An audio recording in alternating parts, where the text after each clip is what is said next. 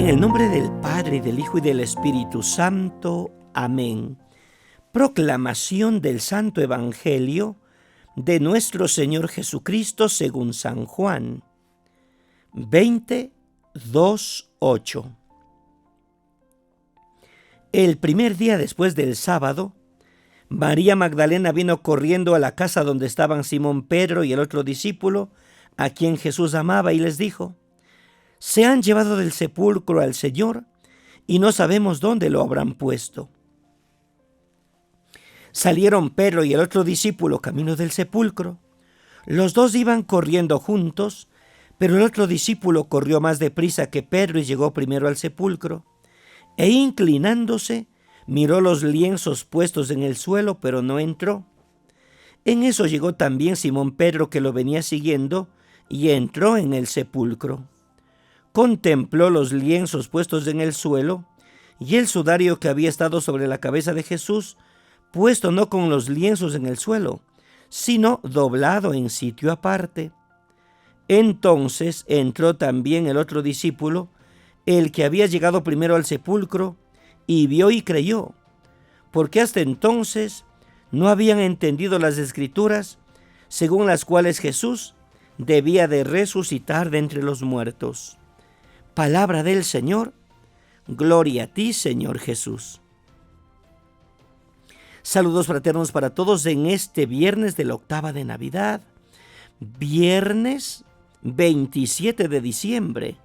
Celebramos la fiesta de San Juan, apóstol y evangelista.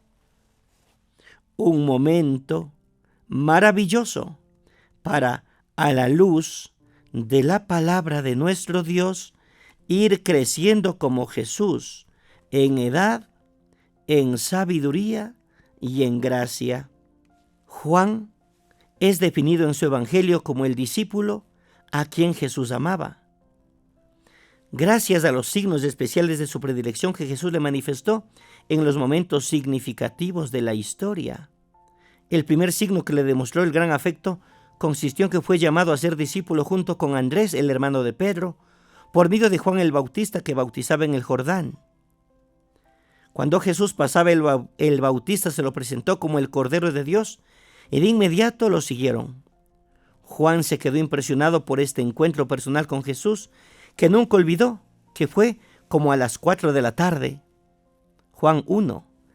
La segunda señal de predilección fue haber sido testigo directo de algunos hechos de la vida de Jesús, que luego lo reelaboró en el cuarto evangelio, en un modo teológico muy distinto a los evangelios sinópticos de Mateo, Marcos y Lucas. El tercer momento en el que Jesús le muestra su amistad y hermandad particular fue cuando, a punto de entregar su espíritu, lo quiso asociar de un modo privilegiado al misterio de la encarnación, confiándole expresamente a su madre: «Ahí tienes a tu hijo», y encargándole a su madre le dice: «Ahí tienes a tu madre». Juan 19. Que San Juan, el evangelista, siempre ruegue por nosotros. Unos puntos de reflexión. El evangelio de hoy trae el pasaje de San Juan que habla del discípulo amado. Se escogió este texto para que se lea y medite el día de su fiesta, por la identificación espontánea que todos hacemos del discípulo amado con el apóstol Juan. Lo curioso es que en ningún texto se dice que el discípulo amado sea él, pero desde siempre, desde el inicio de la Iglesia, se insistió en que el discípulo amado es San Juan. Por ello, insistiendo en la semejanza entre los dos, vamos pues a hacer unos puntos de reflexión. Primero, en el Evangelio de Juan, el discípulo amado representa la nueva comunidad que nace alrededor de Jesús. El discípulo amado está a los pies de la cruz, junto con María, la madre del Señor, Juan 19. María representa al pueblo de la antigua alianza. Al final del siglo I, época en que se redacta el Evangelio de Juan, había un conflicto creciente entre sinagoga e iglesia. Algunos cristianos querían abandonar el Antiguo Testamento y quedarse solo con el Nuevo. A los pies de la cruz Jesús dice: «Mujer, ahí tienes a tu hijo», y al discípulo amado, ahí tienes a tu madre. Y los dos tienen que permanecer unidos, como madre e hijo. Por tanto, separar el Antiguo del Nuevo Testamento en aquel tiempo era lo mismo de lo que hoy sería separar fe y vida. Segundo, Pedro y el discípulo amado, alertados por el testimonio de María Magdalena, corren juntos hacia el santo sepulcro. El joven es más veloz que el viejo y llega primero. Mira dentro del sepulcro, observa todo, pero no entra. Deja que Pedro entre. Es sugestiva la manera en que el Evangelio describe la reacción de los dos hombres ante lo que ambos ven. Entró a la sepultura y vio los lienzos por el suelo.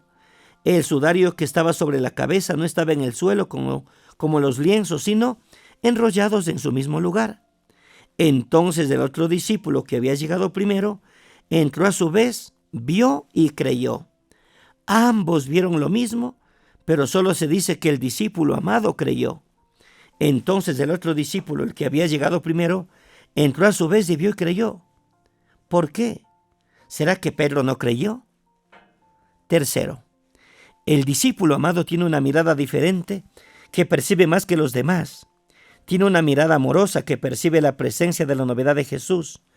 De madrugada, después de aquella noche de búsqueda y después de la pesca milagrosa, es él, el discípulo amado, el que percibe la presencia de Jesús y dice, es el Señor. Juan 21.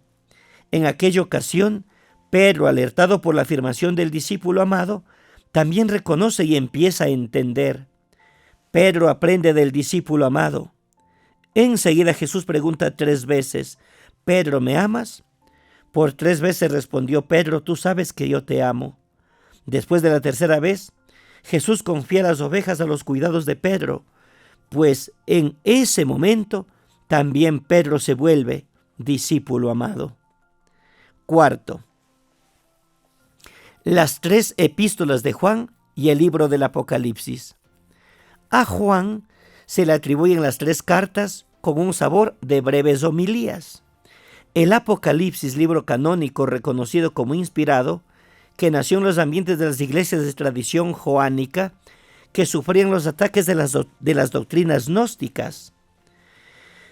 El Apocalipsis del último libro de la Biblia usa un género literario de los libros proféticos del Antiguo Testamento, Daniel, Ezequiel o Zacarías. Apocalipsis en griego significa revelación, no destrucción, como a veces se piensa. Juan dirige 7 cartas a las 7 iglesias, Apocalipsis 1:3, para transmitirnos por medio de personajes y símbolos fascinantes un mensaje de esperanza en que el Cordero degollado, Cristo Salvador, triunfará sobre todas las persecuciones y oposiciones de las fuerzas del mal al reino de Dios y hará nuevas todas las cosas. Sucederá cuando Dios establecerá su reino de justicia, de amor y de paz, y al final de todos los tiempos.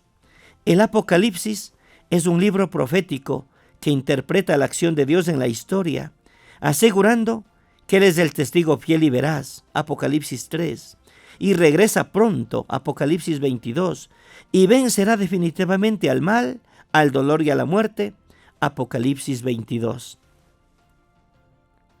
Que San Juan, que miró desde la cumbre el misterio del Verbo encarnado, nos ayuda también a nosotros a profundizar en el aspecto teológico, en el aspecto dogmático de la figura del Dios con nosotros, del Emmanuel. En el nombre del Padre, y del Hijo, y del Espíritu Santo. Amén. Abundantes bendiciones, un santo día.